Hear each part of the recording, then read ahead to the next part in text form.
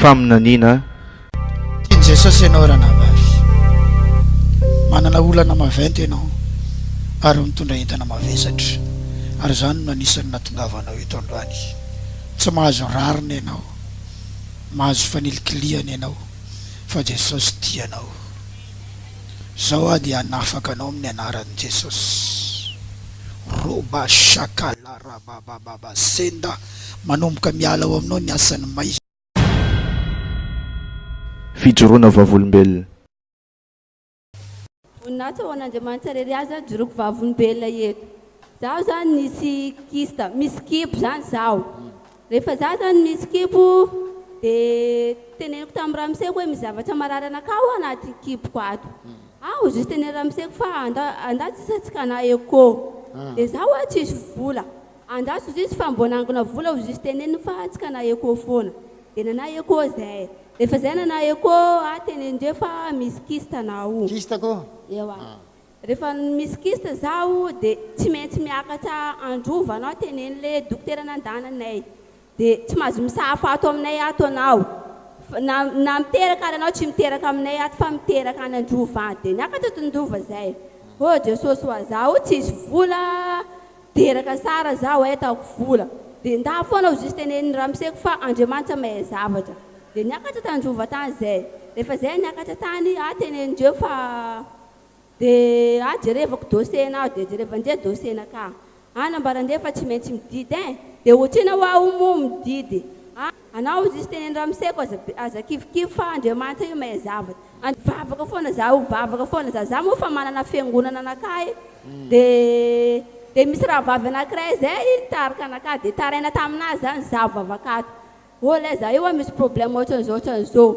Andeso aminay ao izy fa hain'ny lelan'Andriamanitra izy manafaka an'io satria ampiasan'Andriamanitra izy manafaka ny kista nao. Lelan'Andriamanitra izy io? I Pasteur Isidore. Pasteur Isidore.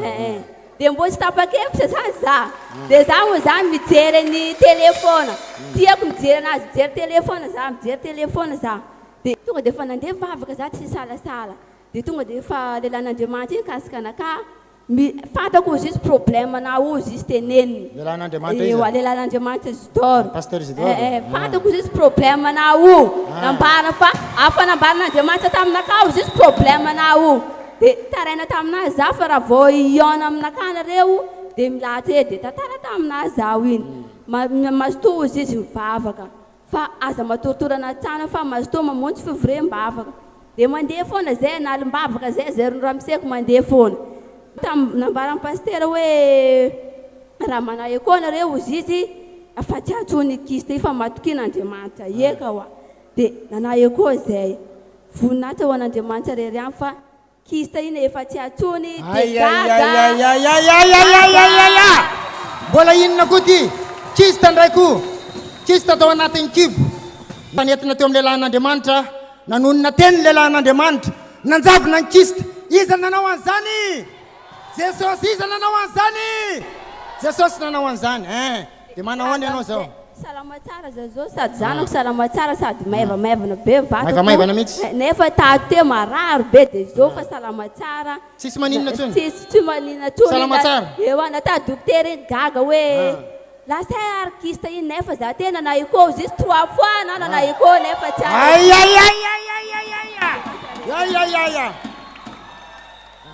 trois fois zana na eko fa nefa tanzany zana na eko fa tsy atsony le kista. Tsy atsony le kista.